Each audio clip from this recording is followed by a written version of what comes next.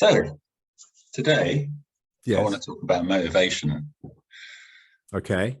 and why people don't get the results or stay motivated when there's things that are in their best interest to be motivated for.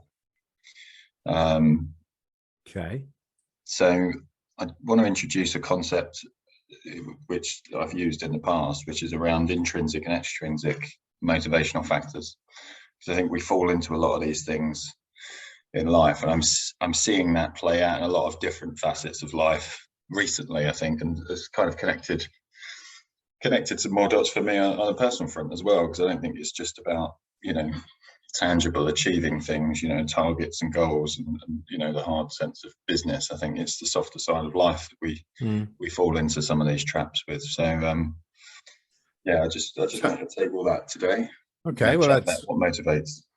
yeah. Well, I think motivation is a huge thing. I mean, I can think back to certainly periods in my life where I've either been hugely motivated or hugely demotivated, and there's certainly been times when I've had people in my life who were hugely demotivating.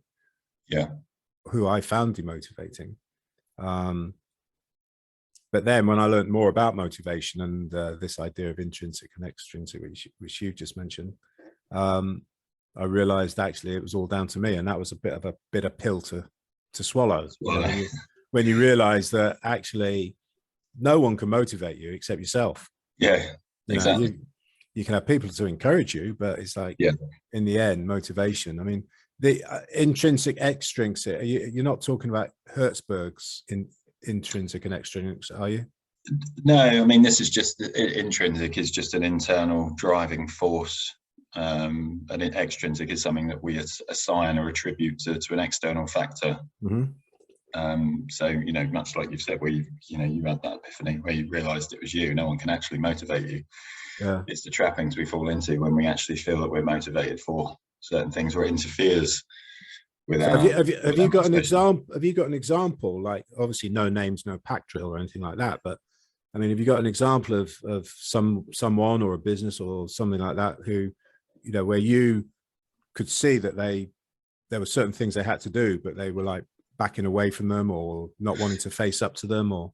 Yeah, I think it's misplaced. It's misplaced motivation a lot of the time. I know you've talked about sort of things like willpower, and people rely on willpower to get them over hurdles. And willpower has a time and a place and a purpose. Yeah.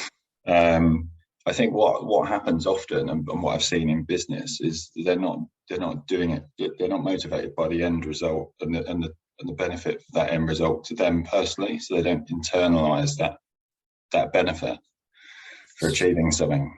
They externalize it, and so I'm not quite with you at the moment. That sort of feels a bit conceptual to me. It's like when you say they're not like aligned with the benefits and things like that. It's like, what the hell does that actually mean? Well, a lot of times we do things out of a number of other factors. We can do things out of fear, for example, fear of a consequence or fear of a repercussion, and we're not actually looking at the end benefit or the end result. We're doing it to alleviate a pressure that we're putting on ourselves from an external force. So if you look at, government does everything through fear generally with its advertising. And so it's a bit of a manipulation tactic. It's not an inspirational tactic to inspire someone to take that motivation inside them and see it through. They do it to keep the wolves at bay. Well, I mean, but I know where that comes from. I mean, that comes from, like, there's research which shows that when we're far more motivated to avoid something that it makes us frightened than we are to move towards something that we want. So, if there's two things happening, and one is based on the fear of something happening that you don't want to happen, then you're much more likely to take action to avoid the thing that you don't want happen rather than move towards the thing that you do want happening. And there's like loads of research to say that is the fear, and moving away from danger is a far more fundamental motivating force than identifying something good and moving towards that. But I think the danger of that is, pardon the pun, is that it's a short-term motivator, isn't it? Because you're motivated until that danger is, or the fear is gone, and then you drift back to your old patterns.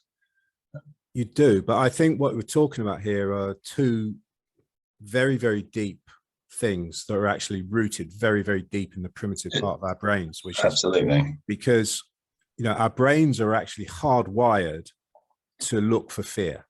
So, you know, in very simplistic terms, you've got the reptilian brain, the mammalian brain, the human, you know, the prefrontal cortex. You know, the amygdala is the sort of radar alarm system. It's scanning all the time, even at a subconscious level, and it spots things that, or it causes us to recognize potential dangers even when we're not looking. So if you've ever had that experience where like the hairs on your back of your neck sort of go up, or you feel your neck tensing, or you get a bit of a, you know, that nervous tummy feeling, but you don't know why, it's because at a subconscious level, your amygdala and that whole system in the brain has been triggered by something, but consciously you're not aware of it. And of course that's deeply, deeply rooted and hugely powerful within our thinking, because it's what keeps us safe. You know, we're much more likely to stay alive by running away from something that's dangerous than by running towards something that looks like nice and appealing. And appealing. So I mean, that's the first thing. But the other thing is, and this goes back to how most of us were brought up, and I've tried this out with loads and loads of people. It's like when you were a kid and you did what all kids do, and you sort of reach for something, I want that. Yeah. What did your parents say? What did your teacher say? What did your aunts and uncles say? They said, don't say I want, say, please may I have. Yeah. And so we get taught from a very early age not to say I want. So that gets in the way of us identity. So you were saying, you know, people right don't go for the benefits. That's because they don't know how to articulate what those benefits are, and they don't know how to ask for it, because they, as a kid, they were told not to say I want. I would like, or look for permission. Yeah. No, absolutely. I think, and that kind of tips into that other part of the motivating factor in terms of an extrinsic factor, is to please someone else. You know, we do things to please other people. Because we think that that's what they want, or sometimes they've expressed that's what they want, and we want to please them. And sometimes they're interconnected. You know, if you put that into sort of a working environment and you want to please your boss, if you want to stay on side with your boss, there might be an element of fear there of the consequence if you don't. You know, am I going to get told off? Am I going to get sacked? You know, and that escalates, and that's really deep rooted. You know, that goes into sort of Hertzberg's theory, which is what you mentioned earlier. Which you know, it's not just a fear of getting the sack; it's a fear of getting the sack and then not being able to put a roof over your head, and then losing some of those. Well, absolutely, and so it is deep rooted and significant, but it's the tip of the iceberg. Is I need to please my boss. I need to keep my boss happy. And the other side of that story, of course, is with clients as well. Absolutely. So, you know, when I was managing sales teams, and I, you know, even in my early days, I felt it within myself. It's like, if you had a difficult client, you know, you sort of bent over backwards to try and please that client out of fear of losing them, you know, or losing whatever sales you were getting from them. And most, you know, especially if you were dealing with people who were professionally trained buyers, man, they can spot that a mile off, and they, like, you know, they're rubbing your hands, you know, it's like, here, come to me, baby. You know, it's like, you know, it's like sending the sheep into the lion's den. But so many salespeople have that as a problem, trying to please their clients. And yes, of course you want to please clients, but you know, there's ways of doing it, you know, but it feeds into the intrinsic, extrinsic motivation and the fear and all of those things. Absolutely. They're all interconnected. And then the other external or extrinsic factor is reward and recognition that comes as a, you know, as a kind of a dopamine hit, if you like. You know, I've had a bit of recognition for that, or I've had a pay increase, or yeah.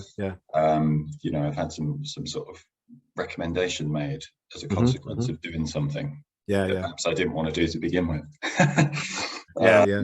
And we get that recognition. We think, well, actually, yeah, that's good. I can do more of this then, because I like that recognition. I like that reward.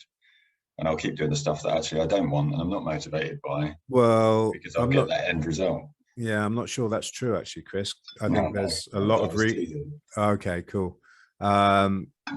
There's loads of research out there which says that, you know, once you've had a reward once for a particular achievement, it's like that then becomes your level of expectation. I think you've got a term for that.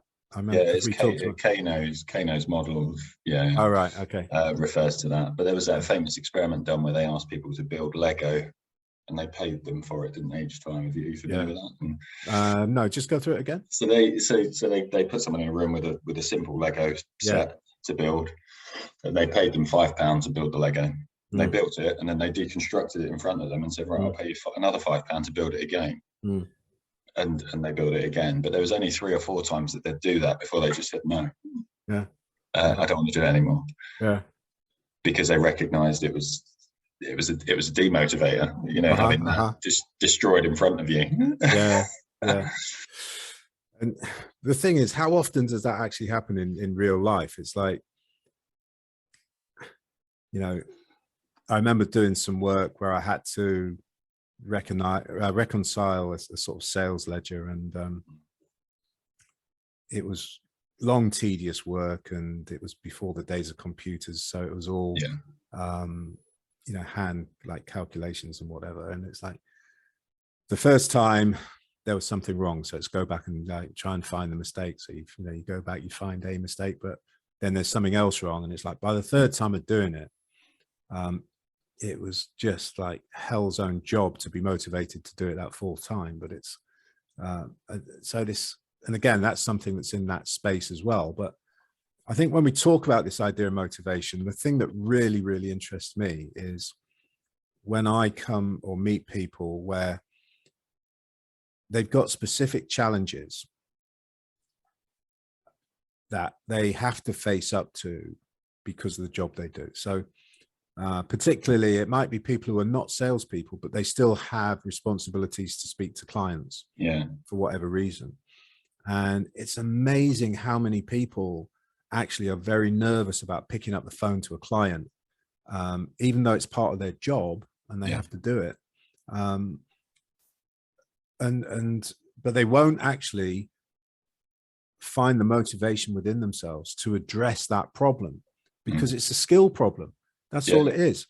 But even when they get that pointed out to them, they don't want to do what's necessary to learn the skill, develop that skill, so that they then have the capability of taking on the task that's blocking them from achieving the success they want. And that's what I really can't understand. It's like, why would you do that?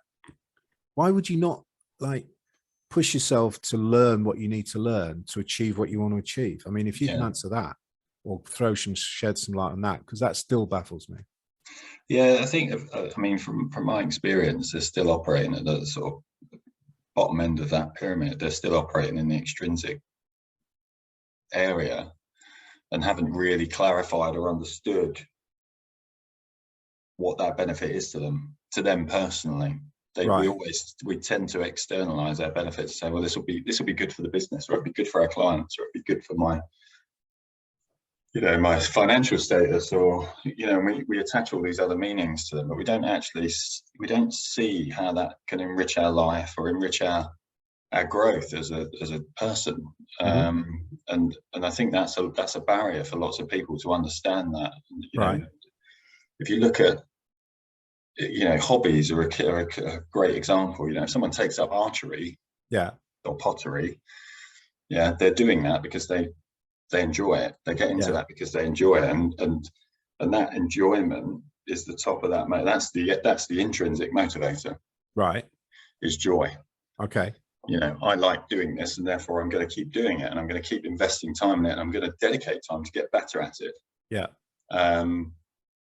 And that's not always, you know, I'm going to be a professional archer, or, you know, or open up a ceramic shop. It can be incremental. It can be that they just find it therapeutic, but they enjoy doing it. It's why people do crosswords or Sudoku or all these things that people do. Yeah, exactly. Yeah. You're not doing that to please anyone else. Yeah. No, yeah. You're not doing it for recognition, and you're not doing it out of fear. And so, a lot of the time we struggle to, I guess, operate. There isn't room for everything to be at the top of that pyramid, I guess. So, well, there's a brilliant quote. I think it was Margaret Thatcher who said, "There's plenty of room in the extra mile." Yeah. No, which is, it's not quite the same thing as, but it's almost like it's like a different way of saying the top of the pyramid. But we underestimate, don't we? We underestimate the amount of enjoyment and joy we can get from all the facets of our life. Well, historically, we're very good at underestimating our limits. As a race, we do it all the time. And so, of course, there are those who overestimate their limits as well. Yeah, of course. Yeah, but I think if you look at all the things that we didn't accomplish because we thought the world was flat, or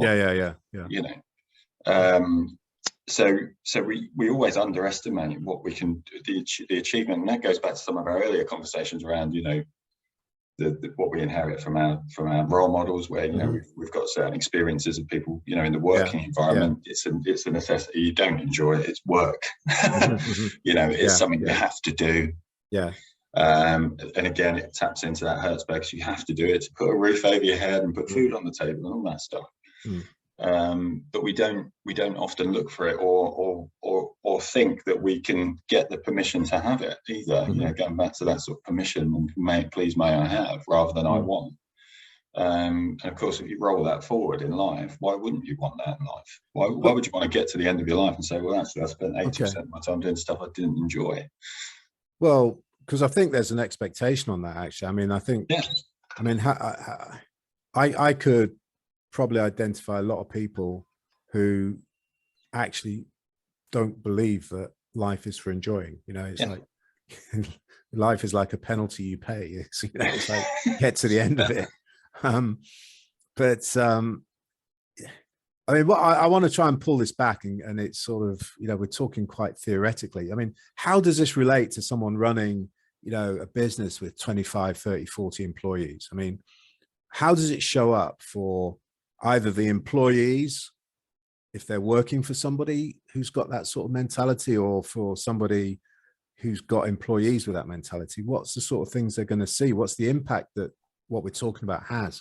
Well, I guess the biggest impact is they lose innovation and creativity, if you want to round it off in that sense, because people then they're just following patterns and processes to get through a day, or get through a month, or get through a year. Right.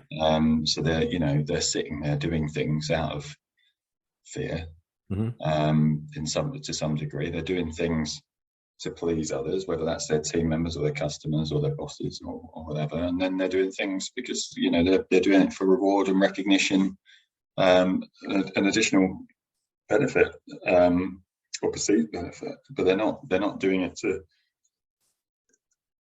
through an enjoyment perspective. They're doing it as a necessity. And so what it's like if you're doing something because you feel like you have to, rather than you want to. What does that say for the end result? Well, I mean, if I can get sort of specific, without giving away any sort of confidentialities, what I've seen, in various companies and with people from the top to the bottom almost, is when there isn't that sense of I'm doing this because I really want to, what you then get is people not taking the initiative and not taking responsibility and ownership for the challenges and the problems they've got to overcome. And you can see this at all levels in the business. So if you've got a really sort of, what's the word? I was going to use the word tyrannical boss, but it sort of paints a bit of an extreme picture. But, if you've got the sort of person at the top and this could be the top of a team, it could be the top of a department, it could be the top of a business. So it's like, look, just do what I say. Yeah. You know, don't argue with me. This is what I want done. Just go away and do it. Then, you know, what's going to happen is you're going to get a bunch of people underneath that person, and they stop thinking. They just do what they're told. Yeah. And it doesn't mean they're not smart. These can be really smart people. Yeah, yeah. But because they're being treated that way, there's no incentive, there's no benefit for them in using their initiative, because if they use their initiative and it's not exactly what that person wants, they're just going to get the what's-its kicked out of them. Yeah, yeah. And they're not going to take that risk again. So, and you then see that going up the line. So this could be a chief executive, and it could be the shareholders, you know. And I've been in a business where the shareholders were like venture capitalists, and boy, were they rough. You know, it's like if the chief exec wasn't doing what they wanted, I mean, you know, talk about seeing people get kicked around, not physically, but, you know, certainly mentally and psychologically, you know, it can be pretty brutal. Yeah, so, absolutely. But what then happens is that just leads to somebody, you know, abdicating their own sense of, like you said, creativity, initiative. Yeah, it's accountability, isn't it? That's the biggest and challenge. Accountability. All businesses come to you with. Yeah. We need people to be more accountable. Yeah.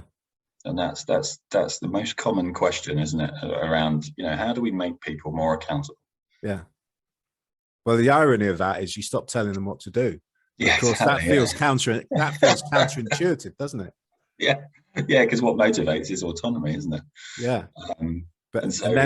And then if you're a boss, but this is like, it's a really vicious circle, because if you're running a team or a business or whatever, and you've got people who aren't accountable, it's like, and you must have been through this, because I have. It's like, stop telling them what to do. I can't do that. They won't do anything. Well, it doesn't work that way. No. You've got to try it. You know, just try it in this little area. And it's like, if you can get someone to actually break out of that pattern of thinking and just try it in a little way, and actually give somebody a little bit of leeway and allow them to feel safe to make a mistake or fail at something, you know, without, and so that fear factor starts to erode away.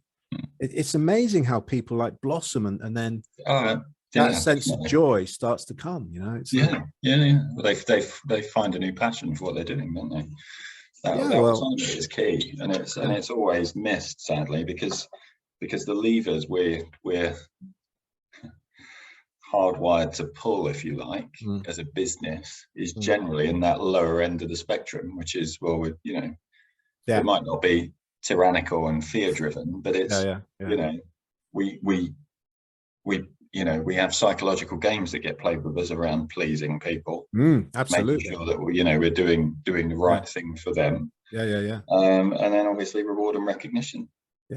Well, I think the thing that comes out of it is if you do have someone, and when I've worked with people and they've had the courage to take some steps down this line, what immediately starts to happen, and it happens really quickly, is the people that they're leading start to feel a bit more respected. Yeah. And then when they start to feel a bit more respected, that's trusted. when you start, and trusted, that's when you start to see the better results. And I think the other thing that speaks into is that word trust that you just mentioned. It's like, most people, when it comes to trust, they say, well, I'll trust you when you've earned my trust. Yeah. And it just doesn't work that way, because what happens is people sense that they're not trusted. Yeah. And the fear kicks in because they don't feel trusted. So they don't take responsibility. Yeah. You know, they keep asking permission to do stuff. They won't take risks. Yeah. And it becomes a vicious circle. So, you know, what I always say to people, you know, when I'm doing the leadership, like workshops and stuff like that, is however scary this feels and however vulnerable it makes you feel, you've got to give trust first. As a leader, you've got to give trust first, because it's the only way that people will feel trusted. Yeah. Sounds obvious, doesn't it? But it's like so many people won't do it.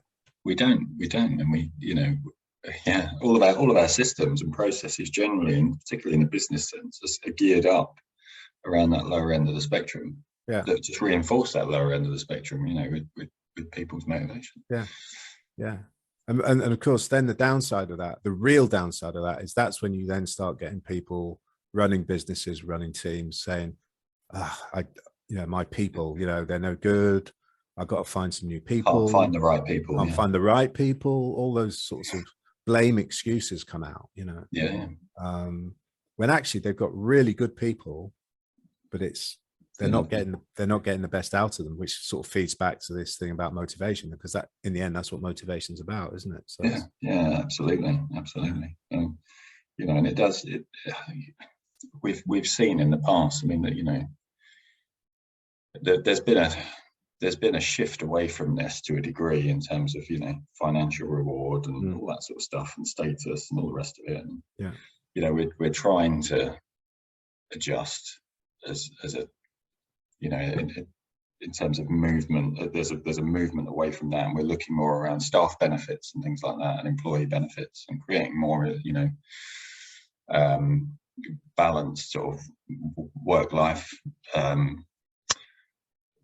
behavior, encouraging that and creating new channels for people to access to learn about that stuff. But my worry is that it's kind of still it's still being used in the same way that reward and recognition and to please is. Totally, absolutely. And so it's missing the point. It's another lever. It's a tick box exercise. Rather than really understanding how it works at a psychological level. I'll totally agree with you. Yeah, it's just another lever. We'll give you free Starbucks coffee, and that's well-being. That's helping you. We'll give you a gym membership, and that will help you. Or we'll put some bean bags in. There's this big movement with bean bags and sort of table football and all that sort of stuff. And you just think, well, is that making the job more enjoyable? Is that creating meaning to the work? I don't know. I suppose if you've got two equal businesses with sort of equally inept leaders, and one's got table football and free Starbucks, then that's going to be preferable to the other one, isn't it? But it doesn't mean they're going to get actually better results. I think that's really what you're making. Exactly, because it's just deployed in the same way, isn't it? It's deployed as a lever to pull. So I'm not sure that I would agree with you when you say there's a movement away from financial status and all that sort of stuff. I think there's still a hell of a lot of people out there who are motivated by status. It's a huge motivator, and it's an extrinsic factor.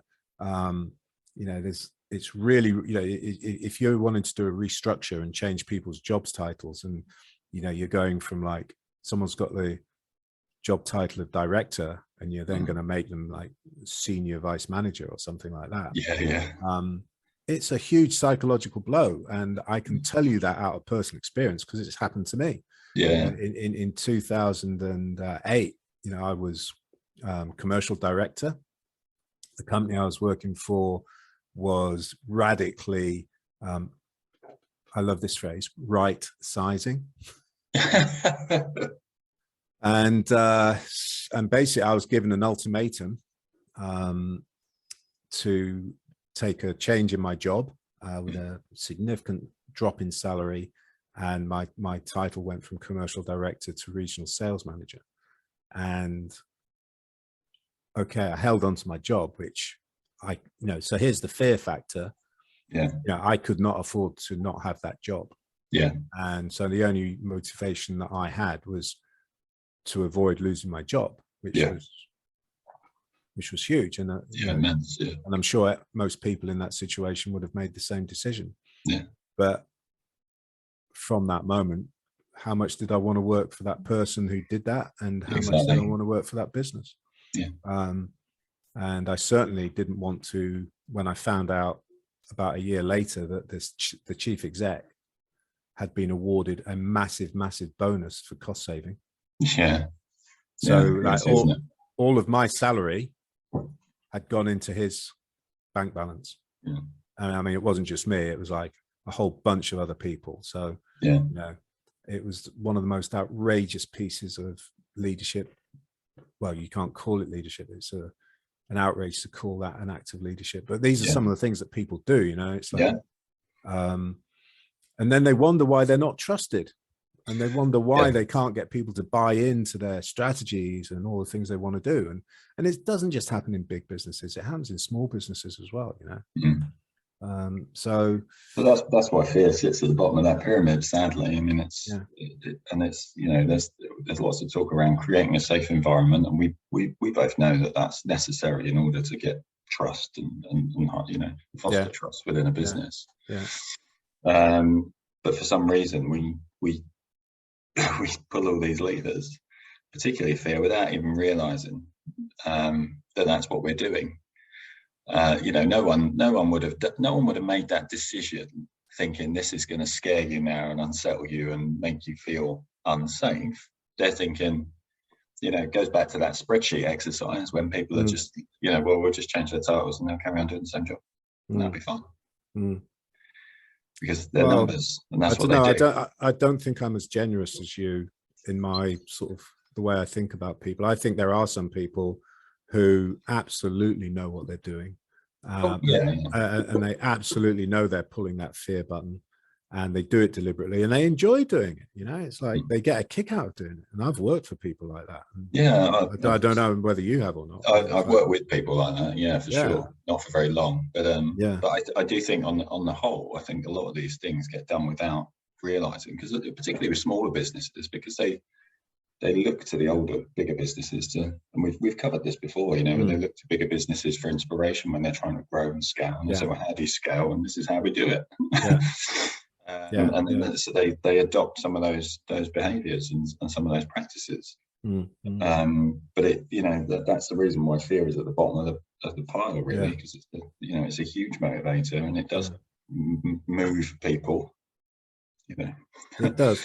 I mean, I think it absolutely does. And I think the thing that where I really noticed this, again, coming back to as responsibility for looking after customers and clients sort of goes down the line, and maybe you've had a situation like, I don't know, let's say you've had to take something back to a shop, and when you took it back, the person that you spoke to didn't have the authority to deal with it. So they had to call a manager in. And maybe you felt that you were like handled satisfactorily, or not. But immediately that person had to refer to their manager. What you've immediately got is a subconscious message saying this person isn't trusted to deal with you as a customer. But yet we've got them on a till. We're very happy for them to take your money when you're paying for stuff. But actually, you know, we don't trust them to give you something back, you know. And this happened recently to me. This was quite funny. It just triggered something here. So I bought my son some stuff for, like, sports stuff, tracksuits and whatnot for his PE, and he's terrible for, like, not color coordinating. Bless him. So, you know, I have to kind of make sure that I get matching things and guide him in the way of putting those matching things together, rather than mixing and matching. Bless him.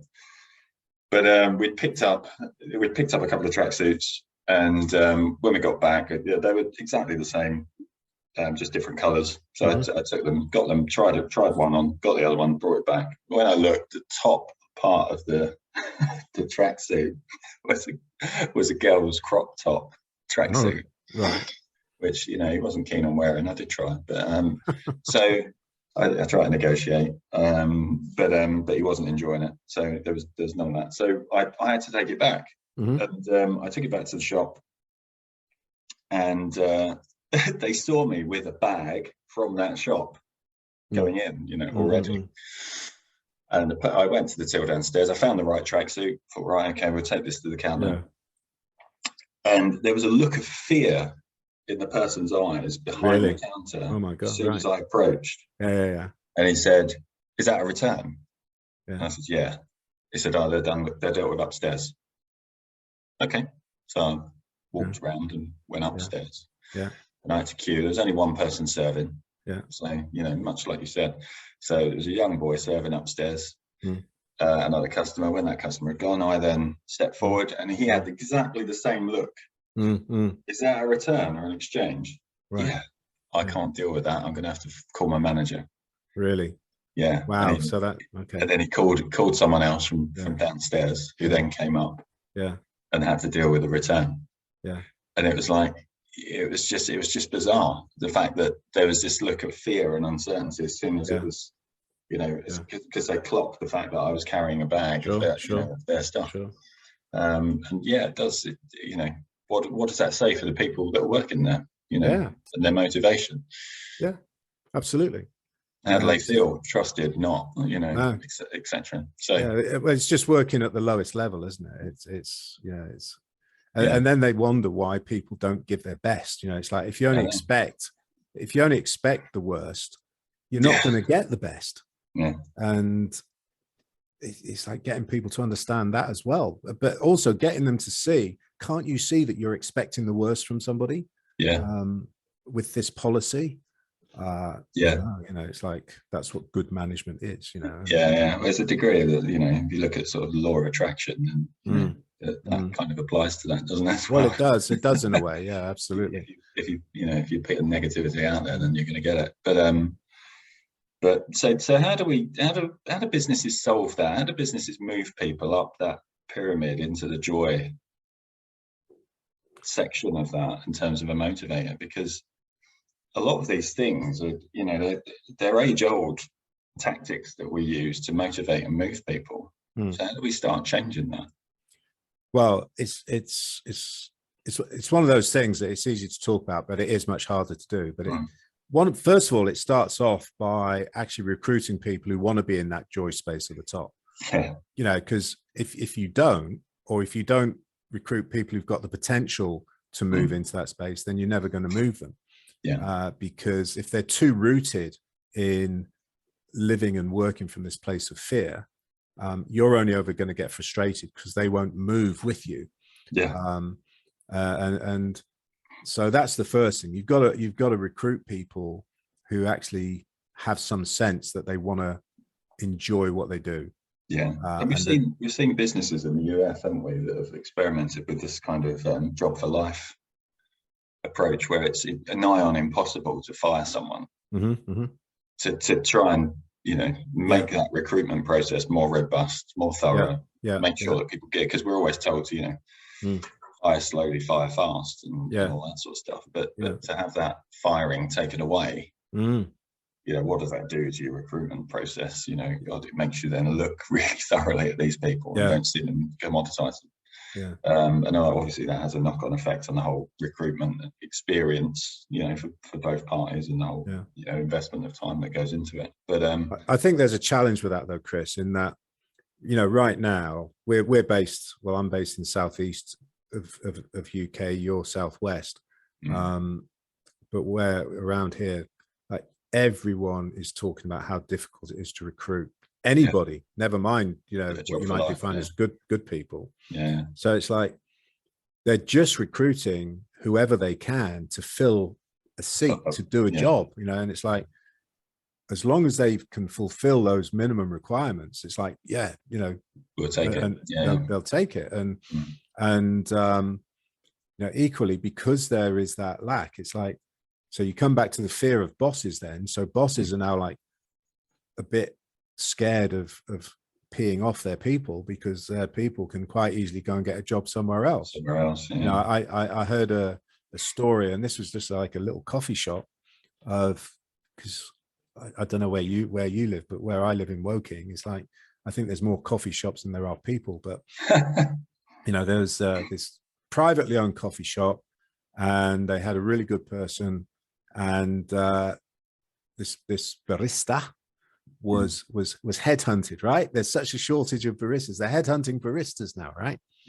And so they went to the boss, said, "Oh, you know, I've been offered this other job," and this coffee shop owner, to keep this person, because they were good and got on well with the customers who came in, had to increase the pay by £2 an hour. Now you might think, well, £2 an hour is nothing, but it is if you're a coffee shop and you got to do it every day. You know, I mean, that's in rough terms, you could say that's an extra 8 cups of coffee a day you've got to sell just to cover that cost. You know, and so it's like, where are those extra 8 cups of coffee a day going to come from? And then if it's, you know, you then align that to all the other costs that are going up at the moment, energy costs in particular. You you know, there's going to be a lot of fear from, you know, business owners at the moment and from employees, because, you know, the uncertainty of where those costs are going and what it's going to mean hasn't come through yet. And I think we're going to see some huge fear-based decisions being taken over the next few months as these things hit. So recruiting, I think, is the first stage. And then secondly, it's what you talked about a second ago, is like creating a safe culture. Yeah. Have you been involved in creating a safe culture anywhere before? Yeah, many times with businesses. I think there's a real challenge with that, because people they struggle to articulate it in terms of what it means to them.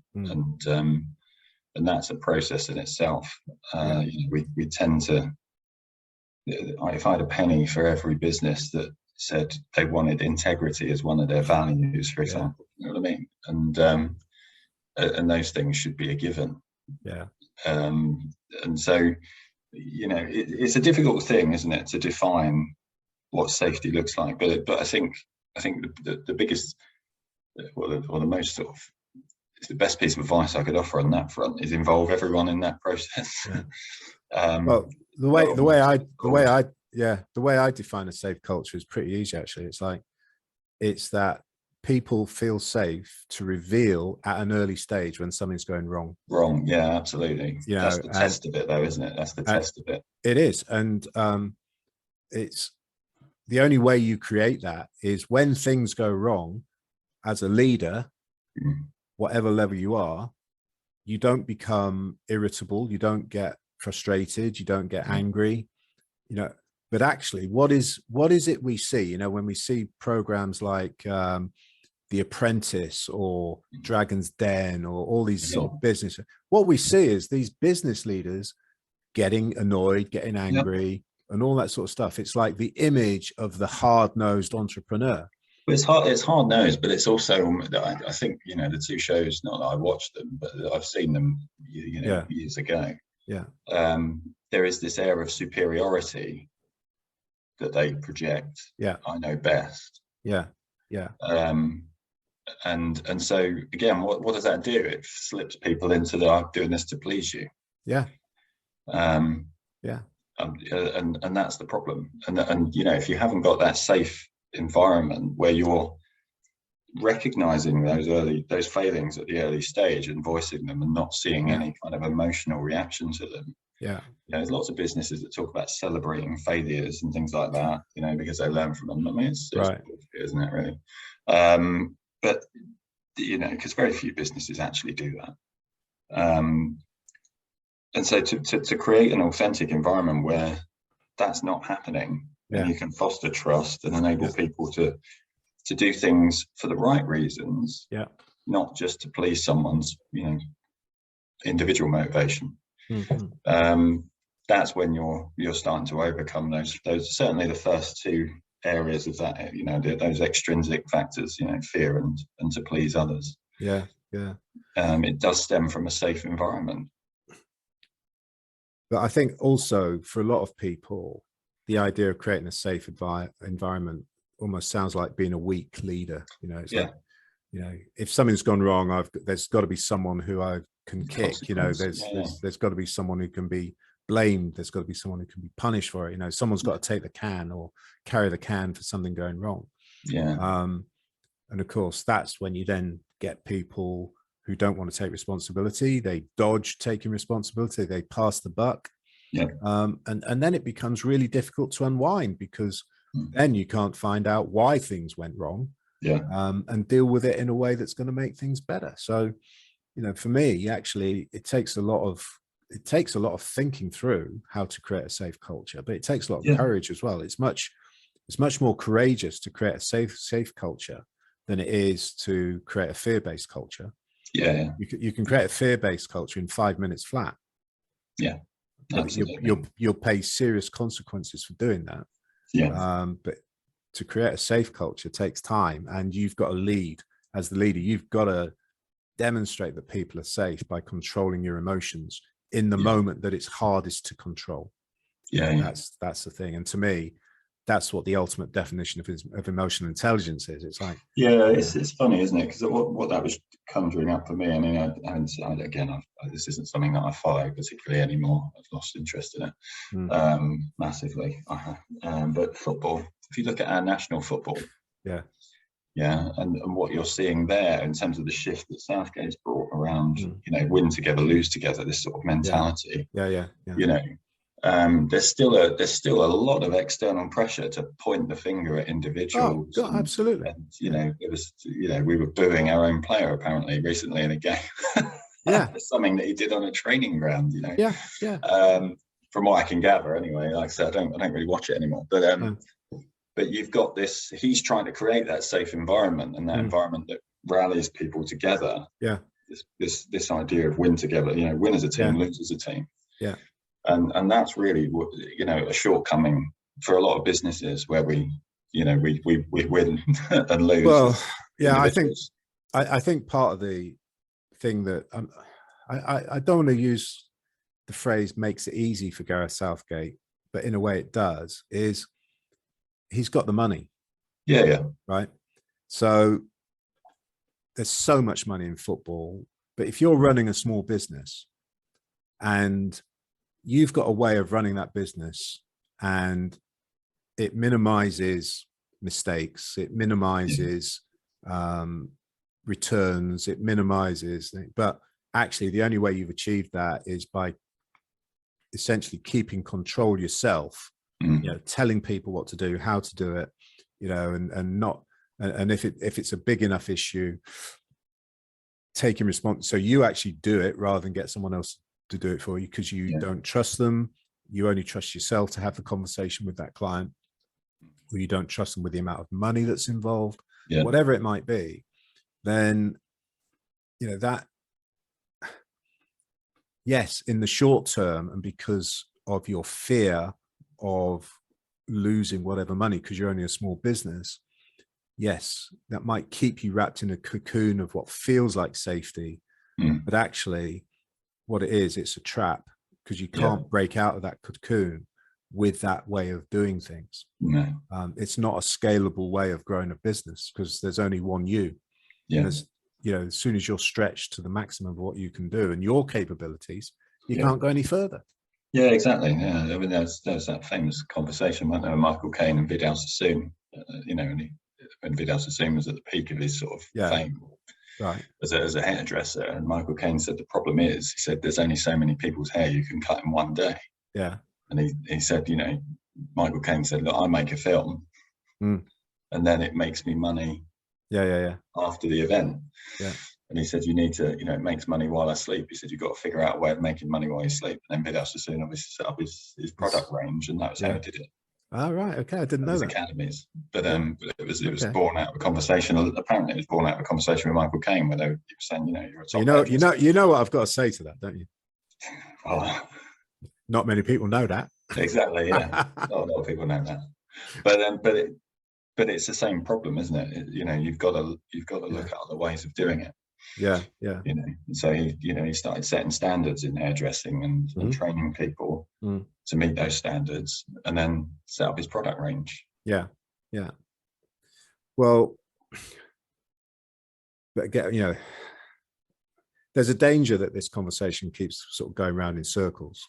Absolutely. Because it's a big subject. It's a huge subject, and it's very easy to talk about it, but I think back to when I was running my restaurant business and had about 10 employees.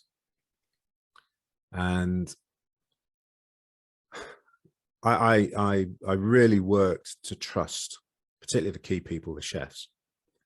And so, I'm being totally open here. They did some things which were seriously detrimental to the business. Under pressure, not because they're bad. They weren't bad people, but there were nights when we were busy, and there was one particular instant I remember where they did something for a very important customer, and it was just a disaster. And these were really experienced chefs. You know, I had two highly paid chefs. You know, they were, I was paying them way more than I was paying myself, you know, from that business at that time, because we were, you know, we were a startup. And it was the straw that broke my camel's back. You know, it broke my back, and I lost the will to do that business, because I thought there was no way I could get my way out of it, because it wasn't easy. It wasn't easy to get rid of them. It wasn't going to be easy to find new chefs. Yeah. And in the end, it was an absolutely fundamental part of my decision with my ex-wife to give up the business. Which sort of takes us back to making sure you've got the right people, you know, who have the right way of thinking. Yes, they need to have the right skills as well, but more than anything, they've got to share the desire to do the best job, and want to work from that place of joy, loving doing the job, and providing the service. And whatever it is you do, it doesn't matter. I mean, that happened to be a restaurant business, but you know, if you're a training business, if you're accountancy, if you're a lawyer, if you're an architect, ultimately you've got to find a way of getting joy from what you do at whatever level in the business. Yeah, and the business has got to set that, hasn't it? It's got to work at that, setting that context and that meaning. No matter what they're doing within the business, they need to understand the purpose of what they're doing, because you can't find joy in something that you don't have, you know, understand the purpose of. Patrick Lencioni, you know, 5 Dysfunctions of a Team. So, you know, he's written about 14 books or something like that. But one of the books he's written about is exactly about this subject. And what he talks about is identifying for each employee, what is the difference that they make to the business. So one of the examples he gives is a drive-through, I think it was a pizza place. And the person who was on the window was like really demotivated, you know, because they're in a really difficult place. You know, they're between the people cooking the pizzas and the people, you know, buying the pizzas, and they've got to balance that. It's actually really quite a stressful thing. But the example he gave with that was the boss of the of the drive-through, who was trying to turn it around because he took it over when it was like struggling. What he did was he talked to the person on the window and said, okay, you know, what's the biggest difference that you can make? And the answer was, well, it's whether I can make people smile. So their KPI, you know, for how they were then judged as to whether they were doing a good job, wasn't how many pizzas they served. It wasn't none of that. So it wasn't how many cars went through the window. It was how many people could he make smile. And then they rolled that through. So the chefs were asked, okay, what's the real difference you make? The waiters and the waitresses were asked that same question. And okay, the way Lencioni writes his books, they're sort of apocryphal stories, so they're not true. But actually, I've seen that then worked in a real business, and it's amazing what a difference it makes. So it's like if you just think a bit more laterally, in terms of the meaning that you're giving to people from the work they do, that's another way of getting to step up from the fear to the joy, you know. Yeah, exactly. And that meaning's different for everyone, isn't it, as well? You know, it is. What's gonna motivate. Yeah. So if you were going to say, what's the top 2 things that you would say, you know, if you're running a business, if you're running a team, about motivation, what's your 2 takeaways?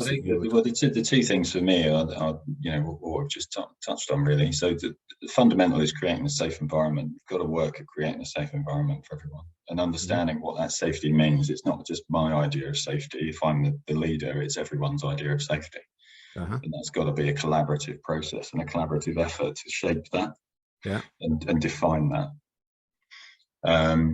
Because that's the only other, you know, people only value things that they contribute towards generally. And so, you know, if that's happening to them, they're not going to feel safe. Right. And the other piece is around that, understanding the context and the meaning in what you're doing, so you can attach that to something that's personal. Okay. And they're the two things. I mean, that's either end of the spectrum, if you like, in terms of addressing them. But by doing that, you work inwards. You should smooth out the other bits as well. Okay. But they're the fundamentals that people get wrong. They don't set context and they don't create a safe environment. Okay. And what would you say to someone who's threw it back at you and said, well, that's just weak management?